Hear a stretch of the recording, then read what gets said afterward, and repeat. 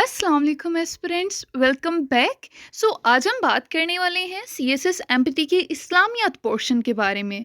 ये ना सिर्फ आपको एम्पैथी के पोर्शन की तैयारी होगी, बल्कि जो सीएसएस का रिटन एग्ज़ाम है उसमें इस्लामियत जो कंपलसरी है उसकी भी तैयारी होगी। ठीक है, उसके एमसीक्यूज़ की मोस्ट प्रिसाइसली, कि आपने उसके एमसीक्यूज़, क्योंकि वो एमसीक्यूज़ भी 20 नंबर के होते हैं और यहाँ पे भी जो ये इस्लामियत का पोर्शन है एम्पैथी में, वो भी 20 मार्क्स का है। ठीक है, तो इसमें कोई परेशानी वाली बात नहीं है। हमने तब भी तो एमसीक्यूज़ प्रिपेयर करने थे, तो अच्छा है ना कि थोड़ा जल्दी प्रिपेयर कर लेंगे।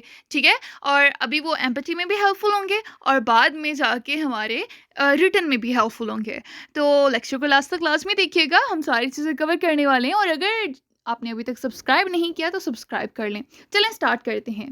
इस्लामियत का सिलेबस की अगर हम बात करें, तो इसमें मसले वाली बात ये है कि एफपीएससी ने हमें इसका एग्जैक्ट सिलेबस नहीं बताया। जैसे हमें इंग्लिश का बता दिया है या जैसे हमें एबिलिटी का बता दिया है, वैसे हमें इस्लामियत का सिलेबस नहीं बताया। सिर्फ कहा है कि इस्लामियत में से 20 मार्क्स के एमसीक्यूज आएंगे। ठीक है, तो हमें कैसे पता चलेगा? ठीक है, तो हमें पता इस तरह से चलना है कि हमने ओल्ड पेपर्स देखे। ठीक है, अब तक जितने भी ओल्ड पेपर्स हैं इसके एम्पैथी के, उसके अलावा इस्लामियत कंपलसरी के जो एमसीक्यूज के पेपर हैं, ओल्ड पेपर्स, उनको देखा। उनको देखने के बाद, उनको गौच करने के बाद हमें पता चला कि हमारे पास जिन टॉपिक्स में से एमसीक्यूज आते हैं वो ये हैं। सबसे पहले कुरानी मालूमात, देन इस्लामी महीने, सीरतुल नबी सल्लल्लाहु अलैहि वसल्लम, अरकान इस्लाम, इब्तदाई इस्लामी दौर, मतलब बहुत स्टार्ट का जो था। ठीक है, और उसके बाद पैदाइश या मौत के रिलेटेड, मतलब कुछ जेनेरिक इन्फॉर्मेशन। तो ओवरऑल इसमें से ही हमारे एमसीक्यूज आते हैं, इसके अलावा कोई चीज़ ऐसी नहीं होती है। ठीक है, तो हमने अभी इन्हें प्रिपेयर कैसे करना है, ये क्वेश्चन है। तो प्रिपेयर करने के लिए मैं आपको स्टेप बाय स्टेप सबका बताती हूँ। सबसे पहले कुरानी मालूमात के लिए मैं आपको एक बुक रिकमेंड करूँगी। ठीक है, and here is the book. Just wait for a couple of seconds. Okay, book का नेम कुरानी मालूमात, जैसे कि आपको नज़र आ रहा है। ठीक है, मेरे पास ये पीडीएफ फॉर्म में है। आप भी इसकी साइट यहाँ पे गिवन होगी, वहाँ से आप लोग डाउनलोड कर सकते हो। ठीक है, अदरवाइज़ मेरा जो ग्रुप है, व्हाट्सएप ग्रुप एमपीटी प्रिपरेशन का, उसमें भी आपको ये बुक मिल जाएगी। ये कुरानी मालूमात बुक है जी, मोहम्मद तैयब मोहम्मद खिताब भवारवी की ये जमा तरतीब शुदा है। ठीक है, तो इसकी मैं ये नहीं कहूँगी कि आप पूरी बुक को जो है वो रट लो। 132 पेजेस हैं। ठीक है, 123, इससे ज़्यादा ही हैं पेजेस।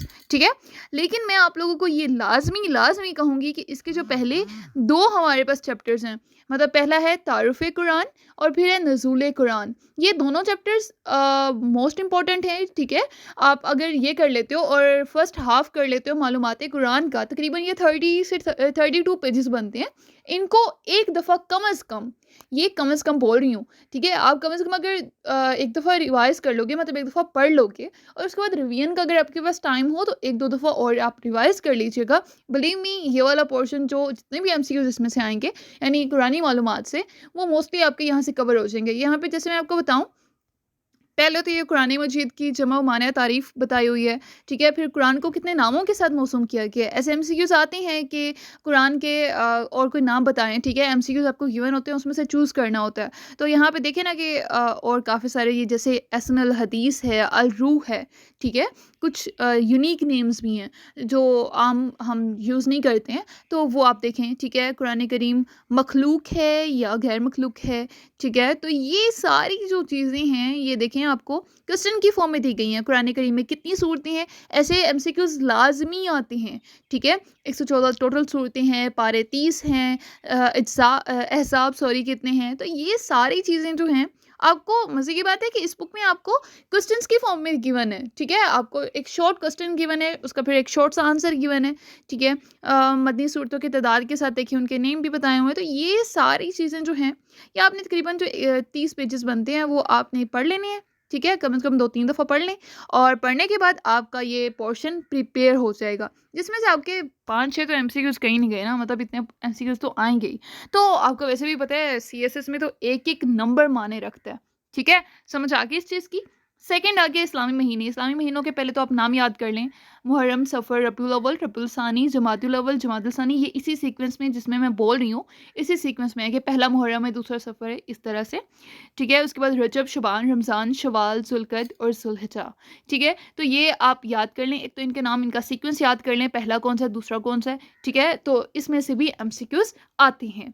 उसके बाद नबी पाक की जो सीरतुल नबी सल्लल्लाहु अलैहि वसल्लम की बात करें, तो इसमें आपने टाइमलाइन जो है ये लाज़मी याद कर लेनी है। ठीक है, मैंने सिंपली ये विकिपीडिया से टाइमलाइन ली है और आपने भी इसे देख लेना है कि कहाँ से कहाँ तक कैसे काम हो रहे हैं।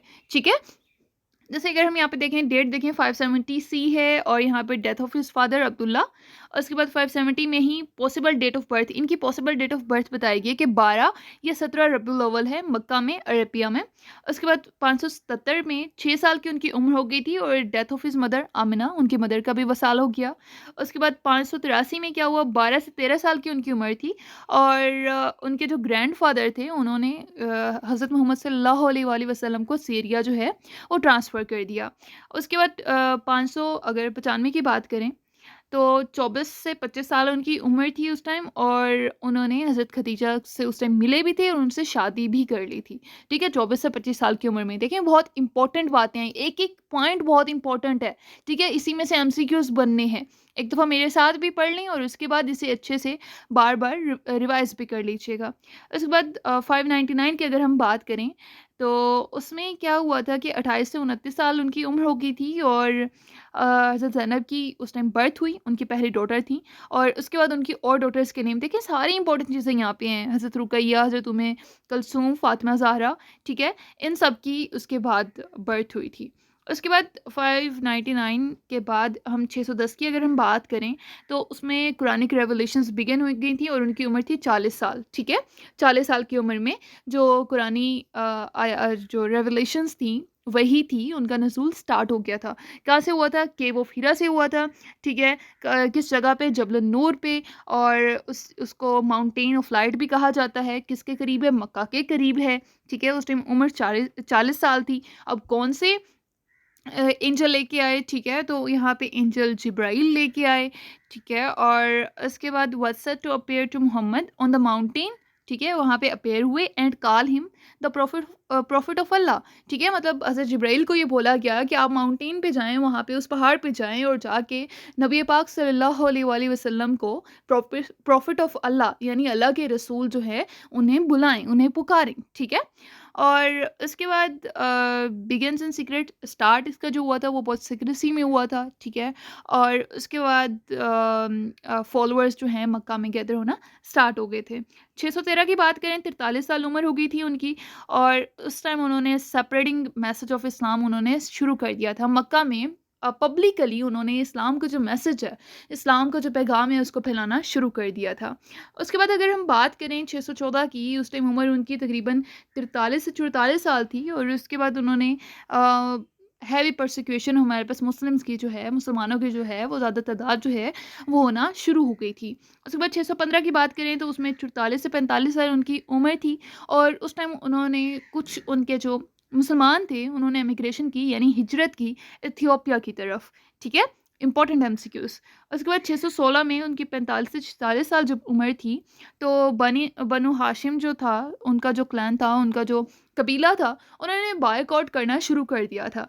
उसके बाद 619 की बात करें तो यहाँ पे उनकी 49 इयर्स उनकी एज हो गई थी और बनु हाशिम क्लैन जो था उन्होंने जो उनको बायकॉट करना था वो ख़त्म हो गया था, ठीक है? यानी 616 में शुरू हुआ, 619 में एंड हो गया। इस चीज़ को कंपैरिज़न को भी देखना है, ठीक है? उसके बाद 619 को इसको ईयर ऑफ सोरो यानी गम का साल भी कहा जाता है क्योंकि इनकी जो वाइफ़ थी हज़रत खदीजा रज़ियल्लाहु तआला अन्हा और अबू तालिब जो उनके अंकल थे, उनकी डेथ हो गई थी, वो वसाल कर गए थे, ठीक है? उसके बाद 620 की बात करें तो उनकी 49 से 50 इयर्स उनकी एज थी और उसके बाद ये इसरा एंड मिराज ये वाला वाक़या हुआ, ठीक है। और उसके बाद 622 की बात करें, मिराज का ये इम्पोर्टेंट पॉइंट है कि उनकी उम्र कितनी थी और क्या उस टाइम क्या कौन-सा ईयर था।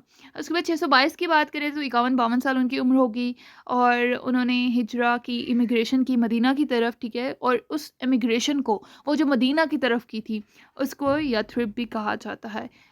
ये इंग्लिश में है, वैसे इसे यसरब कहा जाता है। फाइन। 624 यानी 624 की बात करें तो 53 से 54 साल उनकी उम्र हो गई थी। और उसके बाद ये बैटल ऑफ बदर हुई थी इस उम्र में, ठीक है। 624 में बैटल ऑफ बदर हुई, जंग बदर हुई। उसके बाद बैटल ऑफ ओहद हुई, 54 से 55 उनकी एज थी। और 625 में 1 साल बाद ही, ठीक है। 627 में 2 साल बाद 56 से 57 ईयर्स उनकी एज थी। तो बैटल ऑफ ट्रेंच यानी जिसे गज़वा खंदक कहा जाता है वो हुई, जिसको सेज ऑफ मदीना भी कहा जाता है। फाइन। उसके बाद 628 की अगर हम बात करें तो इसमें उनकी एज 57 टू 58 ईयर्स थी। तो उस टाइम जो मक्का ट्राइब था, कुरैश और मुस्लिम कम्युनिटी जो थी मदीना में, उन्होंने 10 साला एक ट्रूस, एक जो है वो उन्होंने साइन किया, जिसे ट्रीटी ऑफ हुदैबिया। तो ट्रीटी ऑफ हुदैबिया कब हुई थी? ये 628 में हुई थी। उनकी उम्र कितनी थी? 57 से 58 थी, ठीक है। और ये कितने साल का था ये कॉन्ट्रैक्ट? अगर हम कहें, मुआहिदा कहें, तो ये 10 साला था। उसके बाद 630 की बात करें तो 59-60 उनकी उम्र थी और उस टाइम उन्होंने मक्का को फ़तह किया। 632 की बात करें तो 61 से 62 साल उनकी उम्र थी। तो उसके बाद उन्होंने पिलग्रिमेज हज अदा किया। इवेंट ऑफ गदर खूम उस टाइम हुआ और उनकी death in what is now Saudi Arabia, और इस टाइम जो सऊदी अरेबिया में है, ठीक है। तो ये उनकी एक टाइमलाइन थी जो हमें प्रिपेयर करनी है। ये एटलीस्ट सारे पॉइंट्स आपको आने चाहिए, फिंगर टिप्स पे होने चाहिए, क्योंकि इनमें से एमसीक्यूज आना इज़ अ मस्ट, ठीक है। तो जो चीज़ मस्ट हो उसको तो लास्ट में प्रिपेयर करना होता है। Fine, got my point. उसके बाद अब यहाँ पे कौन-कौन सी चीज़ें रहेंगी, वापस चलते हैं हमारे सिलेबस की तरफ। तो यहाँ पे हमने देख लिया। उसके बाद 3 चीज़ें रहेंगी: अरकान इस्लाम, इब्तिदाई इस्लामी दौर और पैदाइश और मौत। इनको बहुत डिटेल में करने की ज़रूरत नहीं है। ऐसा नहीं है आप अरकान इस्लाम कहो जी कि मैंने ये प्रिपेयर करना है जी सिर्फ एमपीटी के लिए और आप सबकी डिटेल डेप्थ करने बैठ जाओ, ऐसा कुछ नहीं करना। इनकी तीनों की मैं आपको एक बेस्ट प्रैक्टिस बताती हूँ। इन तीनों टॉपिक्स की आपने ये करना है कि आपने गूगल पे जाना है, वहाँ पे आपने सर्च करना है अरकान इस्लाम एमसीक्यूज़, ठीक है। वहाँ पे साइट्स काफ़ी सारी ओपन हो जाएंगी। एक साइट है pakmcqs.com, वहाँ पे काफ़ी अच्छे एमसीक्यूज़ हैं, ठीक है। इंग्लिश में मिल जाते हैं, उर्दू में भी मिल जाते हैं। तो आपने उनको प्रिपेयर करना है। प्रिपेयर किस वे में? एमसीक्यूज़ को रट्टा नहीं मारते होते। एमसीक्यूज़ को प्रिपेयर करने का मेथड ये होता है कि एक दफ़ा पढ़ना है और फिर 1 से 2 दफ़ा आपने रिवाइज़ कर लेना है और वो फिर चीज़ें आपके माइंड में बैठ जाएँगी। तो इनको आपने वहाँ से कर लेना है और इस तरह इस्लामियात का जो कि 20 नंबर का पोर्शन है वो आपका कंप्लीट हो जाएगा, ठीक है। मेक श्योर कि एज सुन एज पॉसिबल आप इस पोर्शन को कवर कर लें। Fine, that's it for today. Thank you.